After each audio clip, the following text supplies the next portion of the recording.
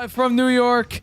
This is the Harvey Hour. My name is Nathan Harvey, and as always, I'm joined alongside my dad, Stephen Harvey. Super Bowl last night. What a horrible way to end the game. The refs, of course, got into it for the second year in a row. The refs came in. It was basically they let them play most of the game, and then at the very end, the refs came in to basically ruin what was a very, very good game between the Eagles and the Chiefs, the two number one seeds.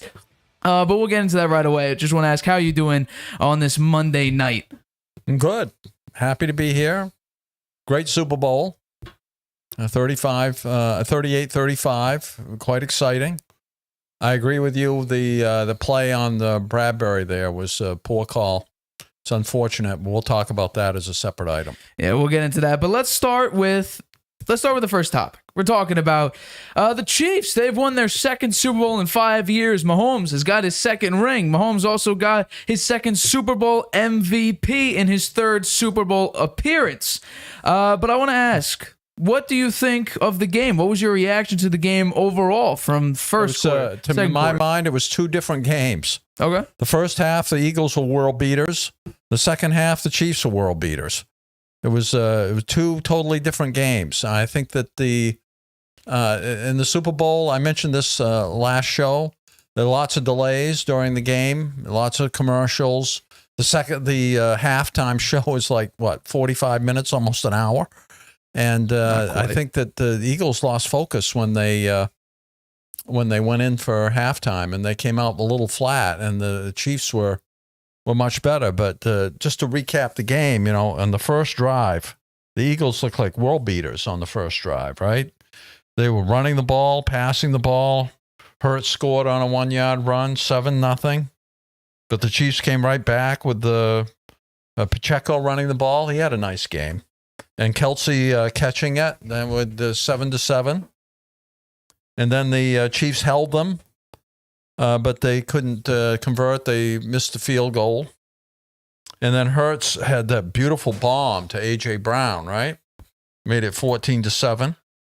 And then the Chiefs had to punt, but the Eagles were driving and looking good, but Hurts fumbled it. That was a big play in this game. How did he manage to drop the ball there? It looks like he wasn't even tipped away from him. It didn't look like anyone really hit it. He just kind of dropped it. Right. And it bounced right up into the defender's hands, and he ran it in for a score, and that tied it up 14. And the Eagles were running the ball very effectively, and they risked it on fourth down, and Hurts had a great run there to convert that. And that made it, and then he ran again for a score, and it's 21-14. Then the Eagles stopped the Chiefs, and Mahomes looked like he got hurt badly, right? He was down on the field for quite a bit of time there, and then when he got up, over on the sidelines, he looked like he was in agony. And I thought that could be really bad for the Chiefs, but in the second half, he didn't look like he was hurt at all. I don't know, maybe they gave him some sort of really strong painkiller or something, but he's probably hurting today on that high ankle sprain. There was a great punt return after that from the Eagles. They went no huddle, and they had that great pass to Smith, but they called it incomplete, and looked like it was incomplete. I think he was bobbling the ball when he went out of bounds. And then they had another really good pass to Brown with 15 seconds left, and they went in 24-14 at the end of the first half. That looked like they looked like world beaters. So I thought they were on their way to a pretty big victory, up by 10 points at halftime. Generally, in the Super Bowl, when you're up by that much at halftime, you win the game. There's only been a couple times when teams have come back from more than 10 points. But the Chiefs had no third down conversions in the first half. But in the second half, they looked like a totally different team. They made adjustments. The first drive, they drove right down, 11 plays to score, made it 24-21. And then the Eagles came right back. The Eagles, Goddard had some nice catches on that drive, and Hurts converted a 4th and 1. But the drive stalled, but they wound up getting the field goal, so that put them up 27-21. And the Chiefs came right back, running well with Pacheco. I think their running game looked really good in the second half. Both Mahomes and Pacheco running the ball well. They passed, and Schuster came alive. He was catching the ball. And the next 2 touchdowns really were walk-ins, right? Mahomes did a nice fake, and Tony walked in for a touchdown, made it 28-27 Chiefs. The Eagles punted. The Chiefs held them. Great return by Tony. Took it down to the 5-yard line. And then another nice fake by Mahomes. Threw a pass out there on the flat to Moore. He walked in, 35-27. And the Eagles came right back again, though. They drove passes to Brown and to Smith. That Smith pass is a 46-yarder. That was a nice pass. Hurts had a 1-yard TD, and he made the 2-pointer. At that point, he had 3 touchdowns and the 2-pointer. Yeah. And in his passing, 304 yards. He would have been the MVP for sure if the Eagles had won. Oh, 1,000%. He had an excellent game. That made it 35-35, only 4.5 minutes to go. The Chiefs come right back down the field. Pacheco and Mahomes running the ball, get to the 20-yard line, and this is where that big play happened, right? Mahomes passes it to the end zone, and they said Goddard, number 24, was holding him. It kind of looked like he might have been holding, but I don't think he was. He looked like he had his hand on the guy's back, but he looked like his hand was clenched. So he wasn't really holding him. And at that point, it was 3rd and 8. Would have been 4th down. The Chiefs would have kicked the field goal there, but then there was a minute 48 to go. And as it turned out, the Chiefs got the first down. They ran the clock down. They could have scored a touchdown. They didn't. They ran the clock down to 8 seconds and kicked the field goal, and then there just wasn't any time left. Yeah. So I do think that play was a big factor in the game. If with 1:48 left to go, the way the Eagles were moving the ball, it probably would have gone to overtime, right? Because all the Eagles would have had to do is get a field goal, and that would have tied it up again. Right. Probably would have gone to overtime. Who knows what would have happened then? Right. So that was a big play. I agree. So that was pretty good. That was a very, very in-depth recap of the game. I said back on Friday when we talked about the show where we tried to highlight the Super Bowl, I said Hassan Reddick, a edge rusher for the Eagles, is going to need to have a Chris Jones AFC Championship type game where he's literally going to need to take over on defense and have the game of his career. Not only did he not have the game of his career, I'm going to bring it up right now. I believe he was one of the lowest rated defenders on the Eagles defense. The entire Eagles defense, the one who needed 5 sacks to break the record for most sacks in a singular total season, playoffs included, this defense did not show up in the least. They were the 2nd total defense in the league, 1st in passing, 16th in rushing. They were pretty good in the first half, right? They gave up 14 points they gave up 7 points, really. Because the other 7 points were defensive touchdowns. So They played great in the first half. I mean, they bent a little bit. They didn't break. They only gave up 1 touchdown, and that was the Chiefs' first drive. And most of the Chiefs gave up a touchdown on their first drive. Both teams were getting warmed up. I think the defenses were quite engaged then. But after that, the Eagles' defense played great in the first half. It was the second half where the Chiefs made the adjustments. And the Eagles couldn't respond. Right. Yeah. The most shocking thing to me was how well the Chiefs ran the ball. The Chiefs were the 20th best rushing team in the NFL, and they outrushed one of the best rushing teams. The Eagles are number 5 in rushing on offense. The Chiefs are 20th, and the Chiefs were able to outrush the Eagles in this game. Yeah, plus they were much more efficient. Their yards per play were 6.6 and the Eagles 5.9. Yeah. So they beat them on that, even though the Eagles had more plays than they did. So, the Chiefs' offense was very efficient once they got it going. Yeah. No, I got to give it to the play calling by Andy Reid. He really dialed it up big time. Yeah. I will also say this: a lot of what people hated Trayvon Diggs for early on, he almost gave up like 1,000 yards when he was targeted against. I think 1 or 2 seasons ago was since he was a young cornerbacks, they like to make big plays and make a name for themselves. So they may try to predict and jump the play before it actually develops. And the Eagles gave up 2 touchdowns doing exactly that. Like you said, it was Sky Moore and it was Kadarius Toney, who the Eagles decided to bite. And I think I actually have it here. Hopefully this is the play. So this, I believe, is at the bottom of the screen. This is Kadarius Toney's one. Darius Slay doesn't even look towards. He just sees Kadarius Toney open, trying to, I guess, cross the motions across the field. Instead, all Kadarius Toney does is stop and go back, and Darius Slay doesn't even look back at him. He didn't even know Kadarius Toney was even back there. Yeah. And this is, I believe, the Sky Moore play. This is the Sky Moore play. Same thing, Sky Moore.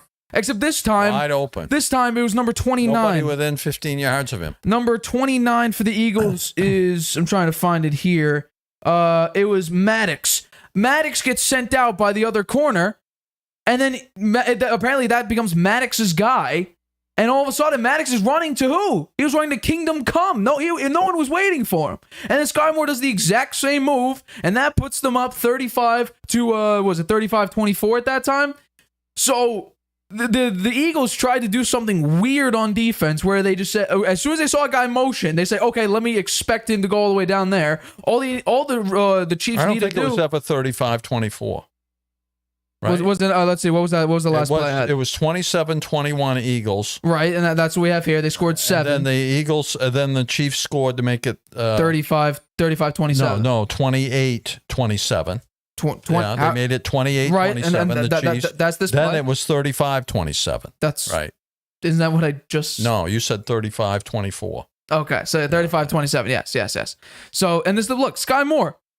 Wide open. Maddox is going nowhere. He gets motioned off. Look, number 24, Bradbury sends him. He says, go. Maddox is going nowhere. And then Sky Moore comes back and says, hey, I'm wide open, thanks. I don't know how they can leave that guy's prancing touchdown. Same with Toney. Slay made the mistake. He went inside. He should have stayed outside. And then also the Eagles special Whether he could have stopped him or not, I don't know. There was a lot of room to run around over there. Yeah. The Eagles' special teams was also very, very poor this year, and it showed on actually, Kadarius Toney broke a record in this game, the longest punt return in Super Bowl history, which was, I think, 65 yards on that play, and the Eagles' special teams was horrible. That first contact, before Kadarius Toney made the move to go all the way back around, there were like 9 or 10 Eagles guys just waiting for him. The entire other half of the field was wide open. And then the punter, actually, he got blocked. And then Kadarius Toney kept running, and the punter had to go all the way back around, and he's the one that actually made the tackle on Kadarius Toney. The Eagles... He had a nice game, Toney. Yeah, he had a pretty, very, very efficient game. Yeah, he had a touchdown, and he had that punt return. Yeah. Very nice. Kelsey had a nice game. Kelsey had a phenomenal game. Yeah. And we're going to get into... Pacheco had a very nice Super Bowl game. MVP. We're going to talk about Super Bowl MVP later in the show. Pacheco had a nice game. Absolutely. Yeah. So the Eagles caught this one up. Chris Jones he didn't really do nothing. Yeah, well, the defense was pretty serviceable. Chris Jones, out of the 20 starters, he was graded 11th. So he had a middle of the pack game. Didn't really do. I don't think he generated 4 hurries, and he only had 2 tackles, and one of them was assisted. The others were he didn't have a QB hit or a sack. I don't think there was 2 sacks, I think, total in this game. It was a very close game. Very close game. It was a great game. It's a shame on that play. Yeah. That penalty. They shouldn't have called that penalty. Would have given the Eagles enough time to make probably would have tied it up again and gone into overtime. Then the overtime Super Bowl games has only been one. Yeah.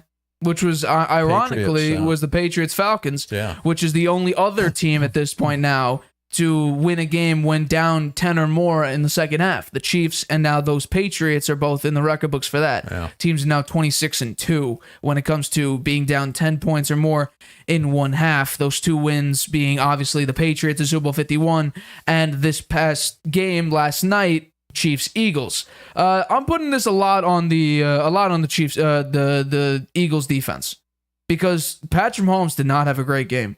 He did not have a great game. He didn't make tight window throws. He didn't go outside the pocket and make unbelievable throws like he did against the Bucks. He didn't do anything too fancy. That ankle, yeah, it looked fine. You know how I know it looked fine? He ran for like a 30-yard rush at the very end of that game. If the ankle was really bothering him, he wouldn't be able to do that. He wasn't grimacing or wincing throughout the entire day. He did have 3 touchdown passes. All 3 of them were in the red zone. None of them were deep throws to someone. There was one the first touchdown to Kelsey was a beautiful throw. He didn't have any turnovers. He didn't have any turnovers. That's a first for him in a Super Bowl. He played through injury. We said last week his ankle ain't really that much. He rallied from 10 points down. That's impressive. But I'm saying that's more the Eagles' collapse because the defense couldn't stop nothing. They couldn't stop. He played much better than his prior 2 Super Bowls. He did. No, I'm saying, yeah. Because his rating in those prior Super Bowls was only 64.2. No, yeah, his prior Super Bowls are terrible. 556 yards and 4 interceptions. I know. This game, he had no turnovers. No turnovers and 3 touchdowns. Yeah. But 2 of those touchdowns, I believe, were what? We saw them in within the 1 yard line. But I mean, and these were wide open. No, but his movement, those are really well designed plays. Those are phenomenal plays, yeah. Phenomenal plays. And Travis Kelce. And he executed them perfectly. Travis Kelce, when he said, okay, how do you get so wide open? He didn't say, oh, Patrick Mahomes throws me wide open. He said, Big Red, Andy Reid's getting me wide open. So if you think about that, Travis Kelce, and by the way, Travis Kelce butting into every Mahomes interview. And also, he said after Super Bowl, he said, everyone doubted us. That's not true. That's not true. You were a top 3 favorite entering the season. What are you talking about? Everyone doubted you. I picked him to get to the Super Bowl. You picked him to get to the Super Bowl.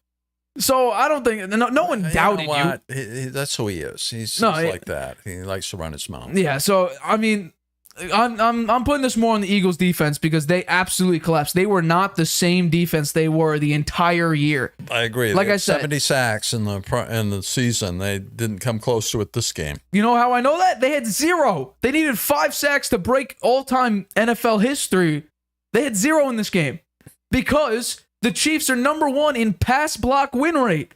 They technically had the best offensive line when Mahomes drops back in the pocket.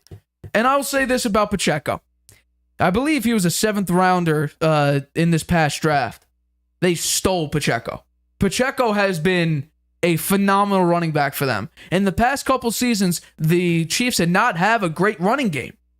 Clyde Edwards-Helaire has seemingly moved to the 2nd or 3rd running back. He's been hurt. He hasn't played very well. Was he even on the roster for this game? I don't know. I don't think. I think he's a pretty good player. He had a season where he had 1,000 yards. I don't think he had a single. I don't think he was on the field at all. I didn't see him. He did not run the ball a single time. Wasn't even on the field a single time. They have Jerick McKinnon now. They're receiving back as they're running back too now. So Clyde Edwards-Helaire, who's supposed to be the solution for them, isn't even on the field anymore. Yeah. He's hurt and he doesn't play. He doesn't play well. With the way Pacheco played. Yeah, exactly. That's what I'm saying. They finally have a running game now. They have arguably the best center in Creed Humphrey. They have some very good guards. Joe Thuney. Yeah, Joe Thuney is arguably one of the best guards, if not the best guard in the league right now. He's on the Chiefs. He won a Super Bowl ring. I think he's had in 7 years, he has 4 Super Bowl appearances and 3 rings. I believe that's what it is. Yeah. I think it's 2 with the Patriots. Oh no, 2 with the Chiefs and 1 with the Patriots. And then, he's I mean, think about that. 4 Super Bowl appearances, 3 rings, 7 How many years has Mahomes been in the league now? This is his 5th year starting, 6th total year. And he has 2 Super Bowl rings now. 2 Super Bowl rings, 3 appearances. So you can't say Brady. He had 3 and 5 with 2 MVPs. If he plays 15 years and he gets 2 Super Bowls every 5 years, he'll have 6. 6. Still won't pass Brady. No. Still won't pass Brady. And I don't think he will. I don't think he'll pass Brady. He has to first pass Joe Montana. Yeah. So right now, if you're still ranking the top 3 quarterbacks of all time, you can't put him over Joe Montana. Joe Montana is 1 more. Not yet. I know not yet. But you know what? Here's the thing. Brady won 3. He said, he's not even close to Joe Montana yet because Joe Montana went 4-0. And now, Mahomes wins 2 and he's better than Brady. Yeah.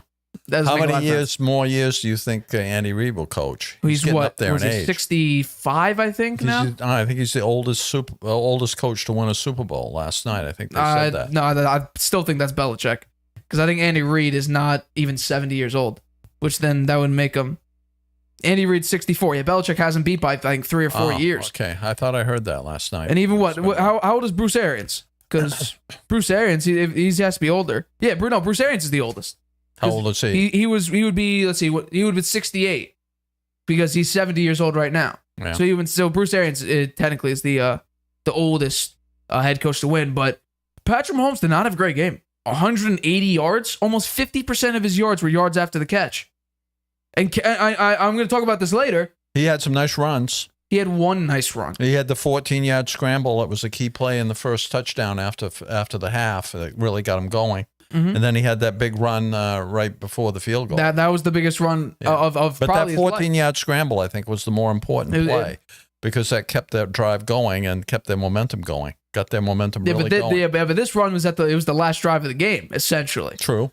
I will say this though, there was at one point I think Mahomes had like 69 yards, 60 of them were Travis Kelce, and I said before that if the Chiefs win, Kelce deserves to be MVP, and we're gonna get into that because I think Mahomes may have been the third best. First of all, Mahomes wasn't even the best quarterback in the game, and I think there were two players above him. They're not going to give the most valuable player to the team loses. I mean, no, the Cowboys had that. The Cowboys had I think there was co-MVPs. But they won the game. No. I think there was a Cowboys Super Bowl where they lost. No, they won that. There were two defensive players that got MVP, and they won the game. Well, there was a Super Bowl MVP loser. I'd like to know which one that is. I don't know which. I'll bring it up when we get to that topic. But my reaction to the Chiefs' performances, thank God the Eagles' defense all of a sudden became pedestrian because they didn't look the same. Nowhere near the same. They didn't measure up in the second half. That's for sure. If I'm not mistaken,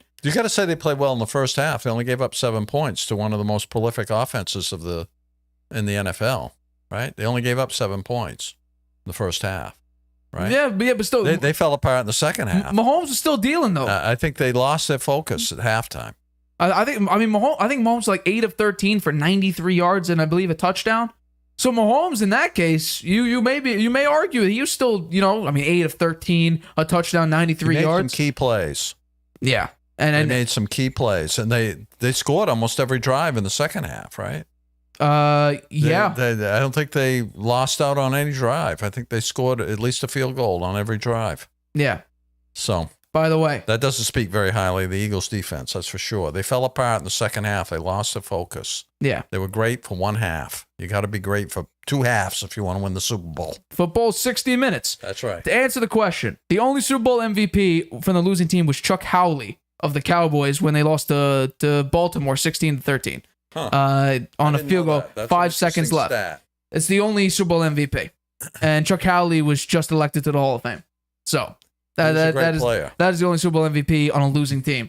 But let's get into what you sort of hinted at earlier. There was a controversial holding call on James Bradbury late in that drive. It was a 3rd and 8, I believe, with about 2 minutes remaining in the game. And I have that play up that we could bring up to see exactly what that holding was. So here it is. Juju Smith-Schuster does a little zig route. James Bradbury holds him. And then Mahomes overthrows him by a long shot. And they're saying that this is holding. They didn't right there. Right? He did. I don't think he was nothing grabbing moves it. though. It looks like his shirt doesn't move. Nothing moves. I think his fingers were clenched. I don't think even this. I don't see right there. He's not. I don't think he's holding him. And he just has his hand on his back. Right. And I could be wrong. I thought defensive holding was because this isn't pass interference. It was behind the line of scrimmage. The ball was uncatchable too. Well, that would be if pass interference. Pass interference is if the ball is uncatchable, they won't throw it.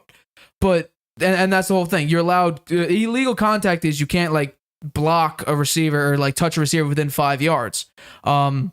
And so that's why it's not pass interference. They didn't call it, and that's not like illegal contact or whatever. It was behind the line of scrimmage. And I've heard people say, well, if he didn't hold, he may be able to get to the ball. Juju Smith-Schuster wasn't even on his route before the hold. He was not slowed up by the guy having his hand on his back. Because he wasn't even going downfield. He was going a zig route, which is inside and you break out. There was no impeding of the route whatsoever. No. I've watched that play. Believe me, my reaction to that was ridiculous because once again, for the second year in a row, there was a controversial holding call that literally cost the other team the game. Last year it was the Bengals on the linebacker Wilson. I'd say it cost them the game, but they would have had almost 2 minutes to try to mount a drive And to get at least a field goal. Here, I'm gonna show it again. They had one timeout in that game. They had one timeout left too, so they would have had a timeout.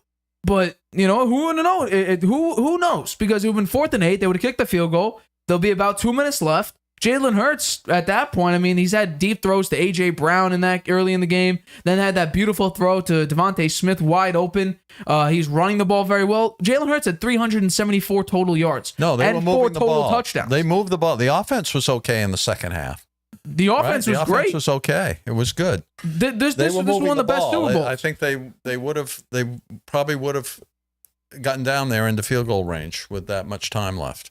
This was one of those. They only had 8 seconds when they got the ball. Yeah, and then it's kind of embarrassing at the end too. Jalen Hurts pretty smart for the Chiefs not to score that touchdown. Yeah, he could have scored. He could have right there. No, I agree with that.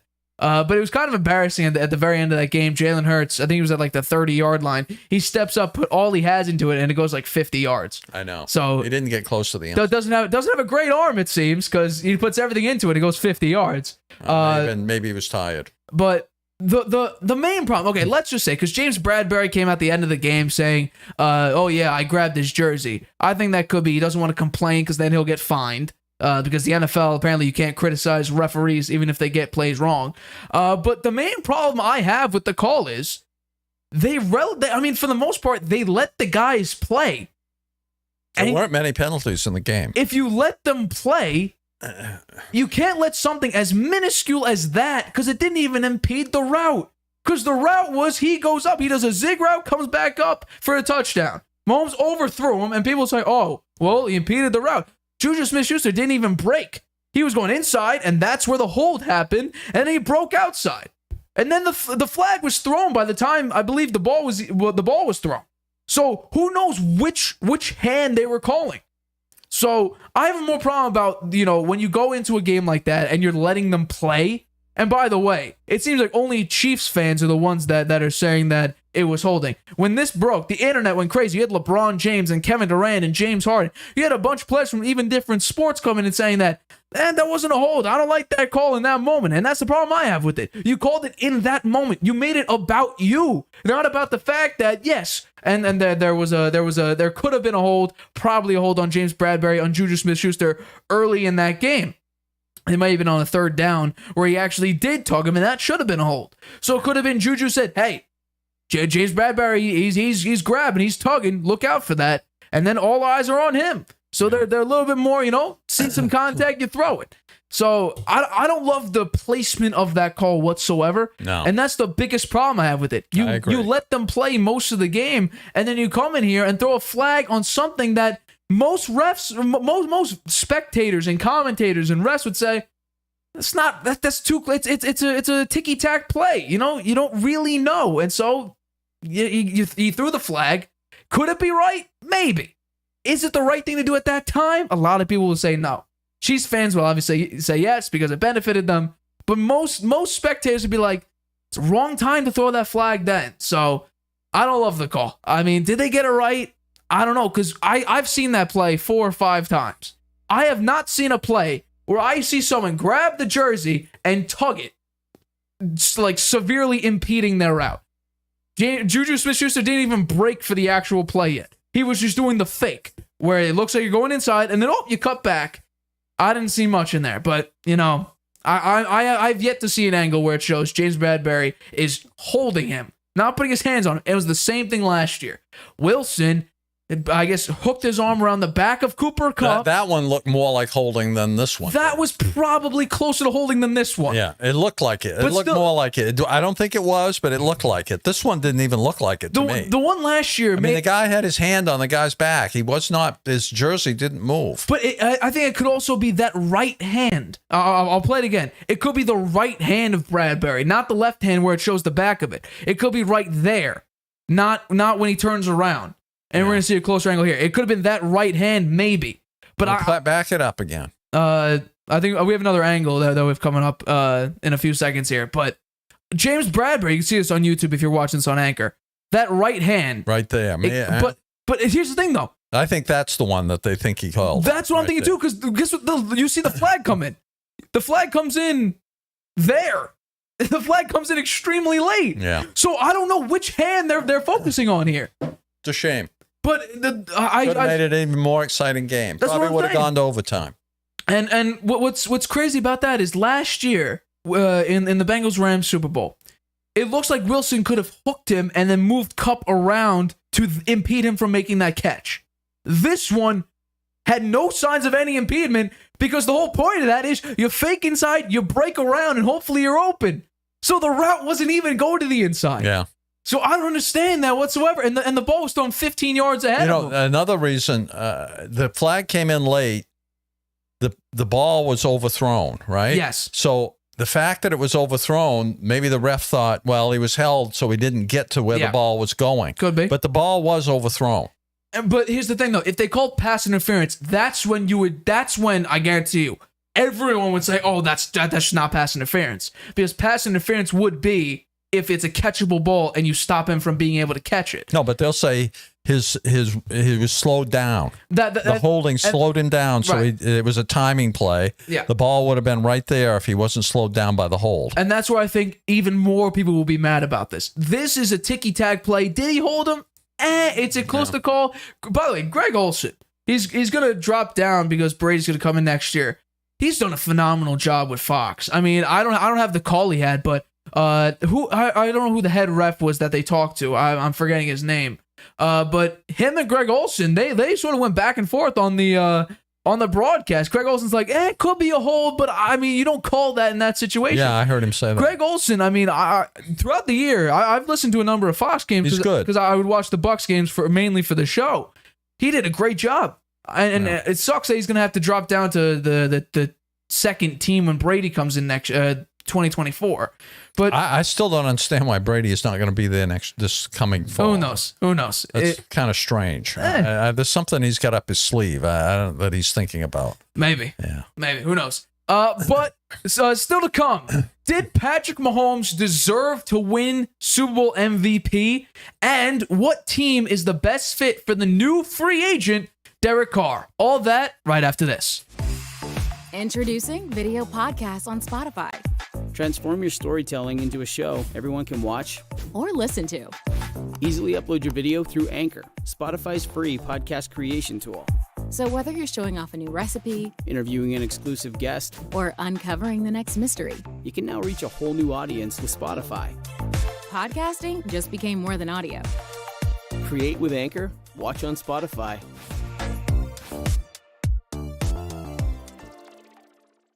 You have a lot to say. Maybe you've thought, I should start a podcast. Meet Anchor, the easiest way to make a podcast ever.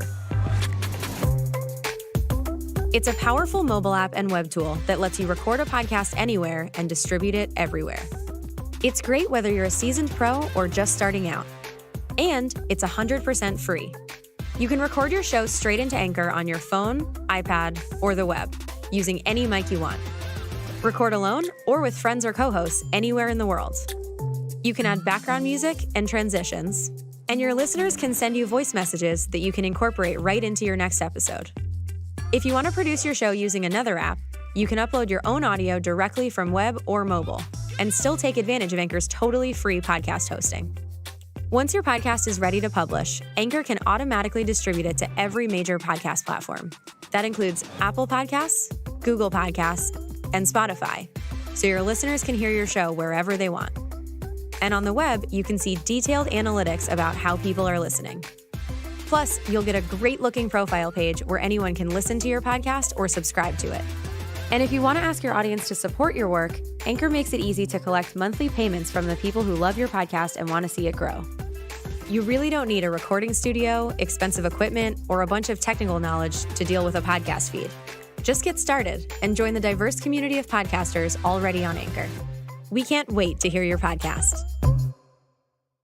Welcome back to the Harvey Hour. My name's Nathan Harvey, and as always, I'm joined alongside my dad, Stephen Harvey. Let's get into our next topic. We're talking about MVP. because Patrick Mahomes won the MVP award this Super Bowl, his second one in his career, third in his third appearance in the Super Bowl. Although, you know what, there were a lot of question marks on who actually deserves the MVP award. So I'm going to ask you, do you think Patrick Mahomes deserved the MVP award? Why or why not? I would say yes, he deserved it. Okay. I do think there were other players on the Chiefs that had very good games, but not, the quarterback handles the ball on every play. He didn't turn the ball over. He played through injury. He rallied his team from a 10-point deficit. He beat his prior 2 game stats, where he had a passer rating of 64.2 and 556 yards for 2 games and 4 interceptions. He had no turnovers in this game. He went 20 for 26, so his percentage is very high. Didn't have that many passing yards, I admit that, only 182. But he looked like, in the game, it looked like he had more passing yards than that. You know, he had some nice passes. I mean, his passes were accurate. And those 2 touchdown passes he threw where he kind of jigged and jogged and moved around and faked them out, and then those guys were wide open both times. I thought he had a lot to do with those 2 players being so wide open. He did run for 44 yards. He had that key 14-yard scramble to keep the drive alive right after halftime, which I think was really big because that got them rolling, and they scored on every drive in the second half, either a touchdown or a field goal. He was more efficient than the Eagles with 6.6 yards per play. Better than the Chiefs, which are 5.9 yards per play. So I do think he deserved the MVP award. He generally, as you say, there's only been one other player in history that's won the MVP if on the losing team, because I do think Hurts, and the 2 quarterbacks on the field, Hurts had the better game with 304 yards, 1 TD, 70 yards running, the 2-point conversion and 3 TDs. That's a record performance. He did turn the ball over once, though, Nate, and I think that made his passer rating a little lower than Mahomes. Turning the ball over is a killer in the Super Bowl, and how he fumbled that ball there, I don't understand. It didn't look like anybody touched it. So yeah. I do think Mahomes was a winning quarterback. I don't think that other players had good games. Kelsey had a good game. Tony had a very good game. Some of the other receivers had some nice catches there. And the Pacheco had a very nice game, but not to the point of winning the MVP. I think Mahomes deserved it. So I do think if the Eagles had won, it was flat out. Oh yeah, no. That Hurts would have 100% Hurts, right? Yeah. So my argument with why Patrick Mahomes is not going to be or doesn't deserve this MVP would be the first thing was, like you said, wasn't even the best quarterback in the game. Hurts beat him by a long shot. 4 total touchdowns, 374 total yards. Mahomes had what, 220 total yards, something like that, if you include his 40 rushing yards? He was hurt. He did get hurt. He did get hurt, but did the injury really hinder his ability to make plays? I don't know. It didn't seem to, but you don't know what kind of pain he might have been feeling when he was running that ball. Brady played an entire season on a sprained MCL, and you didn't hear a word about it. Brady won a Super Bowl in high ankle sprain in his first ever Super Bowl. You didn't hear nothing about it. So these injuries here. You know what? I think when you're being compared to Tom Brady, you're in pretty elite company. But you don't deserve it yet because you got to get through the other one that Brady needed to get through. Elite company. Joe Montana to Tom Brady. Joe Montana. Isaiah Pacheco. That's elite company too. My first. Who would you give it to then? My first honorable mention would be Pacheco. Isaiah Pacheco. How many yards did he have though? He didn't have 15 attempts, 76 yards and a touchdown. He had more yards per attempt than the entire Eagles rushing team did. That Jalen Hurts was his leading yards per attempt guy with 4.7 yards per attempt. So my first honorable mention would be Pacheco because he made some of the biggest plays and the most important plays of the game. Think about it. The Chiefs are the 20th best rushing team in the league. They outran the 5th best rushing team in the league. And the guy who I thought from the beginning deserved to be Super Bowl MVP is Travis Kelce. Kelce, at one point, Mahomes had, I think, a little above 60 yards passing. Kelce had 60 of those yards. Travis Kelce, I'm getting up right now. He had 1 touchdown. Travis Kelce had 81 yards and 1 touchdown. If you take all of the yards after the catch that Mahomes had, I believe it's about 47%. So almost 50% of Mahomes' yards were yards after the catch. Travis Kelce, 6 catches, 6 targets, 6 catches, 81 yards and a touchdown. And your quarterback has, 180-something yards? I remember, if you're talking about Tom Brady and Super Bowl, because Mahomes loves to get compared to a Tom Brady. I think Brady threw for almost, 300 yards or something like that in the Deion Branch Super Bowl. Branch, I think, had 20-something yards, 130 yards, and he won Super Bowl MVP. He had less than 50% of Brady's yards. Well, Brady should have... but they gave it to Deion Branch. I don't know why they did that. That was beyond me, why Brady did Julian Edelman in Super Bowl 53. I think that was like sour grapes of the people who picked the MVP. They said, well, Brady's had it, 3 times. 2 times at that point. We can't give it to him again. That was, I think he should have won it in that game. But he didn't, though. We had to think about, but now it could have been. Yeah, I know. That's what happens sometimes. Yeah, no, I understand. But even in Super Bowl 53 with Julian Edelman had, I think, 133 yards. Didn't even have a touchdown. Won Super Bowl MVP. Because guess what? He was the most impactful player. Doesn't matter who was throwing it to him. He was the most impactful player. But I think if we're taking about what's the most valuable part, so MVP, I'm replacing player with part of this game, it would be the Chiefs' offensive line. But it's the same argument I use talking about Super Bowl 42. You can't give an MVP award to an entire defense when talking about Super Bowl 42, just like you can't give it to an entire offensive line in this Super Bowl. Super Bowl 42, the Giants' defense obliterated the Patriots' offense, the undefeated Patriots' offense at that time. They disrupted Brady. Brady looked mediocre in that game. And guess what? The Giants ended up beating him. In this game, the Chiefs' offensive line held down one of... I think Brady got hurt in that game, and he never told anybody. He had his shoulder. No proof. His shoulder. No proof. He had a shoulder injury, and he went to the sideline in that game, and he was holding his shoulder. I think he was in pain. Could be. But in this case, you can't give it to a whole offensive line. If I had to give it to a player, it would be Travis Kelce because he was the most impactful player on the field.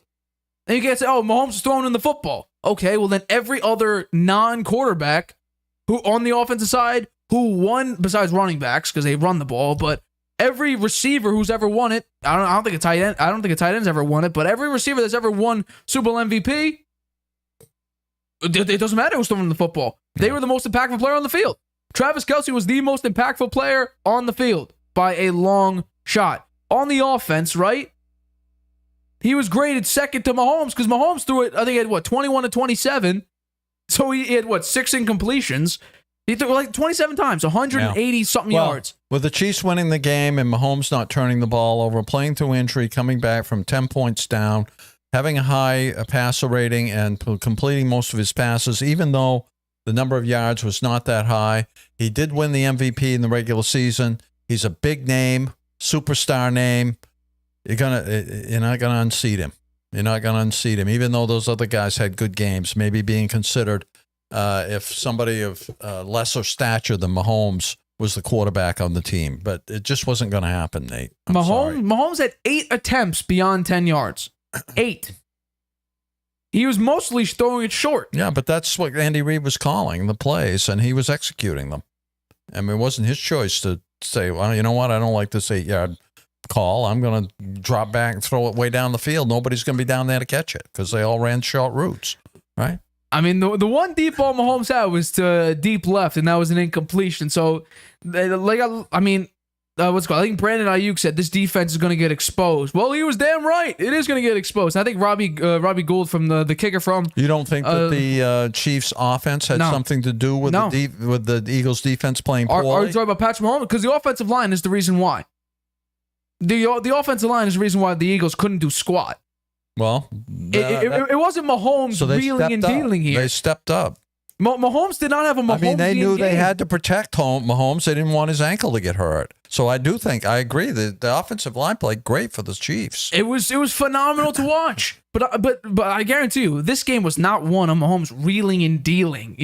Having a Mahomesian game. Mahomes did not have a Mahomesian game.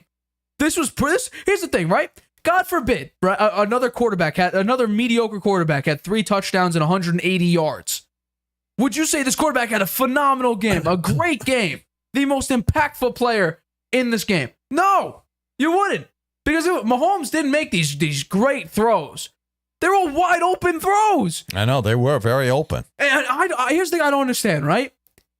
The Eagles linebackers and whoever was trying to guard Travis Kelce, they were playing zone. Kelce would find the most open part of the zone. They would play man. They would only play one guy who was 4 inches shorter and about 100 pounds less than Kelce, and Kelce would just body him to death. Kelce is probably the best receiving tight end in history. I think when you talk about, yes, stop it.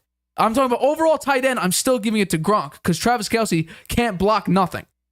He actually comes out on running plays and on blocking plays.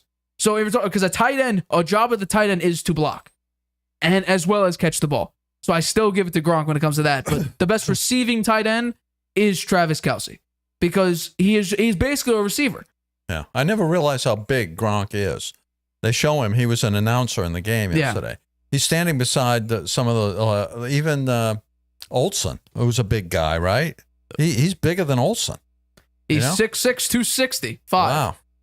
That's why, down in the red zone, he's so tall, he just lob the ball up to him. He jump up and catch it. Nobody can jump up as high as he is. Yeah. Yeah. That's why he still holds the record for most quarterback tight end touchdown.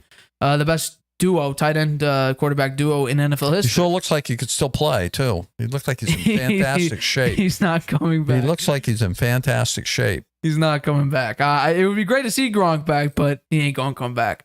So I can't give it to Mahomes. Mahomes did not have a great game. Did he have a good game? Yeah. Was he the most impactful player? You could argue Pacheco. You could argue Travis Kelce. But the reality is it's the offensive line. Yeah. Because the offensive line allowed the 20th best rushing team to outrush the 5th best rushing team. And Mahomes didn't get sacked a single time. But then again, you can't give an MVP award to an entire unit even though they deserve it. So if I had to pick the most impactful part of the game, it would be the Chiefs' offensive line. Yeah. Because the Eagles, who had like 78 sacks, could not get to him once. Well, those are good points, and you made some very good points there, but most people aren't going to have a problem with Mahomes winning the MVP in that game. Well, that's the thing. You win, you don't know who it is, you're arguing who it is, give it to the quarterback. Give it to the quarterback. Why not? He gets the ball on every play. He didn't turn it over, and his stats were good. So I think... Not great, though. Not great. Well, 3 touchdowns is pretty good. 3 touchdown passes in the Super Bowl is pretty damn good, I think. No, I agree. Yeah. I agree, but they're all within like 15 yards. Yeah, well, they had good plays called. Was Mahomes the most valuable player in that game, though? Now, here's the thing, right? Because I would argue this may be an opportunity for Jalen Hurts to win, even though he lost, because he was significantly the better quarterback. But I have this. Honestly, the most valuable player in this game, doesn't matter which team, it wasn't Patrick Mahomes. The most valuable player. Now, obviously, this title gets thrown around. Most valuable player, what does that mean? Yeah, well, it's hard to give it to the guy on the losing team. It's extremely hard. You don't see that. It's extremely particularly hard. When it's Patrick Mahomes, who is a elite name in the NFL. Yeah. I mean, he is somebody that everybody has praise for and lots of superlative words to describe him. The writers all love him. The writers love him, and so he was an easy pick for them. Yeah, first of all, I want to say this: I'm not campaigning for Jalen Hurts to win that MVP award. I'm just saying if we're not creating a line between winning and losing team, Chiefs and Eagles. If you're just talking about overall in the game, who is the most valuable player, who would you give it to? Would you still give it to Mahomes? If we're not drawing a line between winners and losers. No, I would give it to Hurts probably. Okay. Now let's say we do draw the line. I'm not going to give the MVP to a player on a losing team. And it's easy to give it to Mahomes just because who he is. No, and he played well. I don't know if he did play well. No, he did. But turning the ball over. Hurts turned the ball over. I believe and it was not like a forced error. He did it on his own. That was the only turnover of the entire game. I know. And that was a big play. It went for a touchdown. Yeah. So you got to take that into consideration too. Yeah. I think that Hurts, he has improved so much. Yeah. I mean, I didn't see the Eagles play much this year. They didn't have them on TV that much. So I didn't watch them much. And all I remember is how poorly he played in the playoffs last year. He's made big strides. Yeah. And he was a little bit injured too. He has a shoulder problem. Yeah. He played great in that game. He really did. I think the Eagles, they have a good chance to be back there next year. If you take a look at Jalen Hurts pre and post injury, you could see the injury actually affected Jalen Hurts. Mahomes pre and post high ankle sprain, essentially the same player. Mahomes didn't drop off. Now that could be pain tolerance. That could be, how bad was the sprain? How like pain management, how well can you manage pain? Or even how much can that injury impact the way you're playing? Because for instance, a high ankle sprain, right? I've never had one. It was a very low grade 2 or a high grade 1. That was Mahomes' high ankle sprain. So, I mean, Mahomes, all you do is sit in the pocket.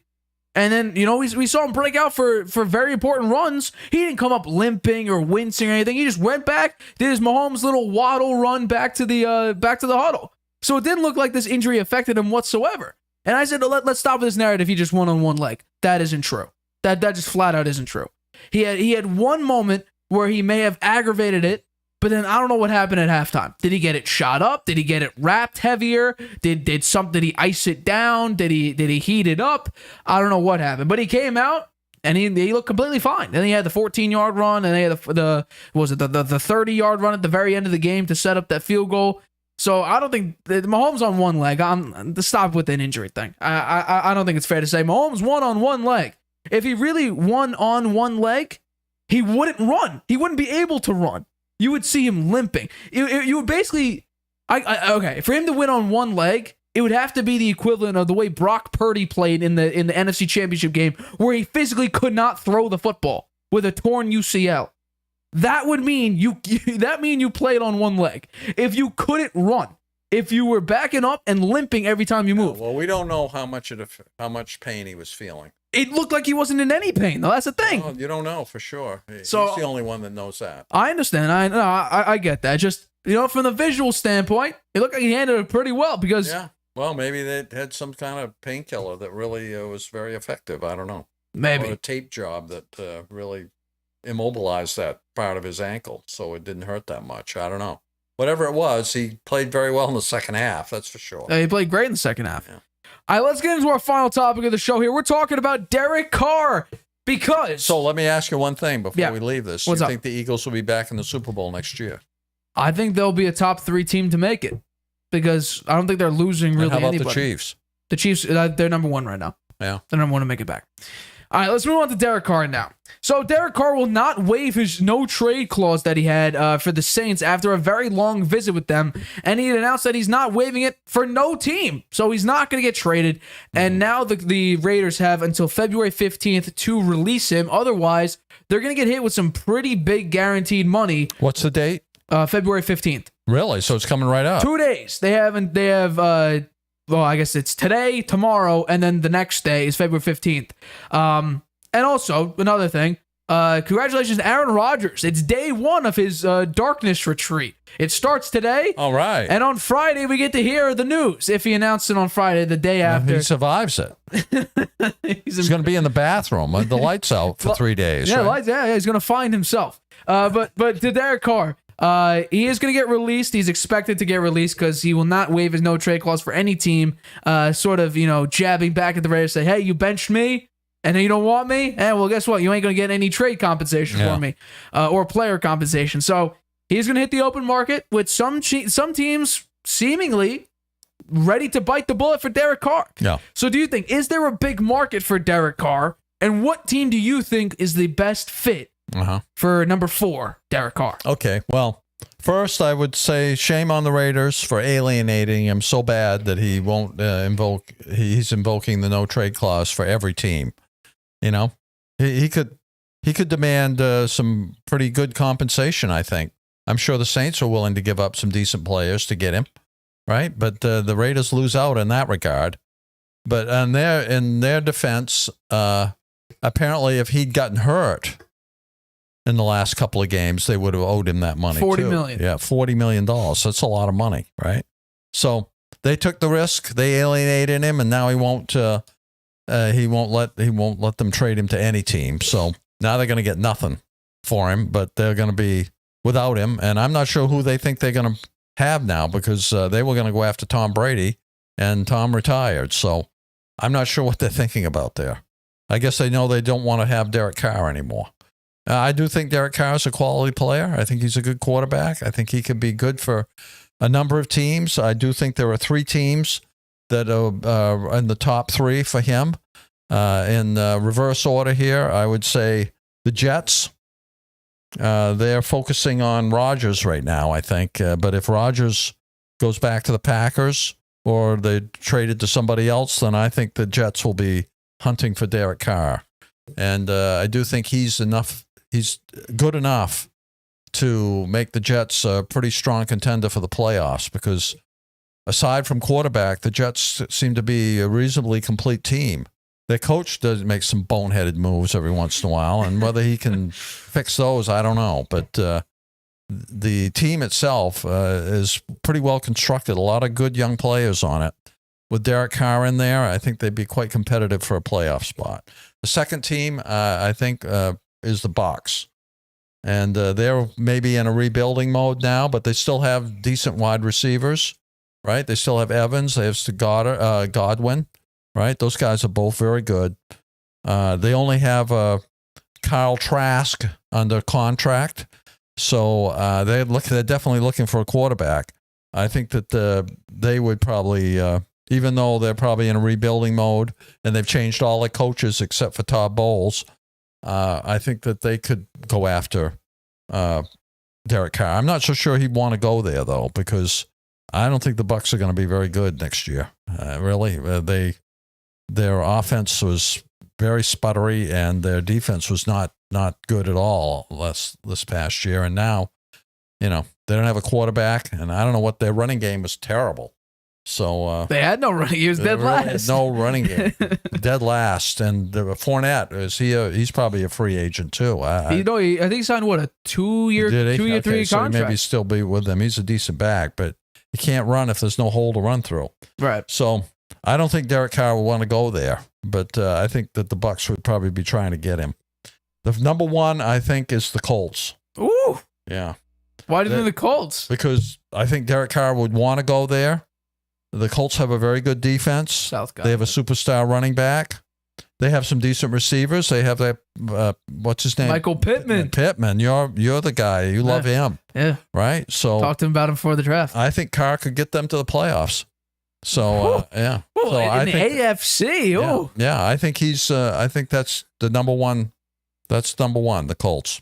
Okay, so I do have bookies.com, their pick, their favorites for, because it's the only one I can find. Bookies.com. Huh? It's the only one I can find that's recent. The other ones are back in January. According to this, their odds are the number 1 team is the Tampa Bay Buccaneers at plus 250. Then it's the Panthers. I just don't think he want to go there. Well, I have a reason why I guarantee you it couldn't work even if Derek Carr wanted to go there. The Panthers at plus 300, the Saints at plus 400, Jets at plus 625, Colts at plus 1,000, and then the Texans at plus 1,400. And they got the field at plus 500.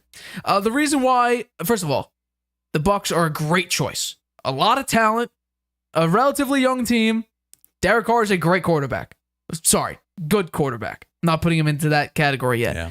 The problem is the Bucs have the second lowest cap space at negative $55 million.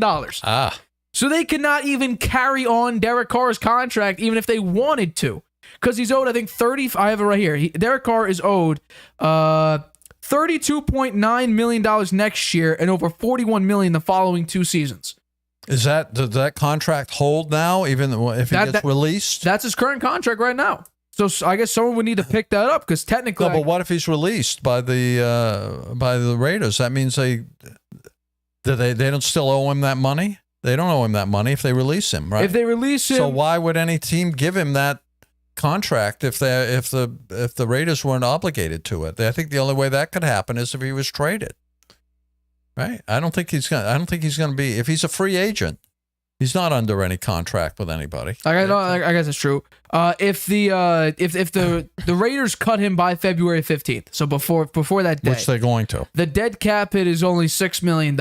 Yeah. If they don't, that guaranteed money kicks in immediately.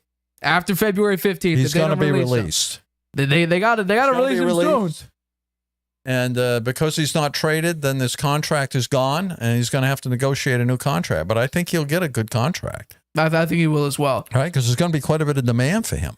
Yeah, absolutely. The 2 games he missed are the only 2 games he's missed with the Raiders. I mean, how many quarterbacks are really out there that are of kind of his caliber or better than him? You got Jimmy G is probably his caliber, right? Or close. I would say it's close. And Aaron Rodgers. Rodgers ain't a free agent. He's not a free agent. Not a free agent. So there's really just Jimmy G and him as the free agents that are up there in terms of talent. Who else? I'm trying to find that right now. Would have been Brady, but he's retired. Yeah, so it can't be Brady. Baker Mayfield's out there, Sam Darnold, Jimmy G, Teddy Bridgewater.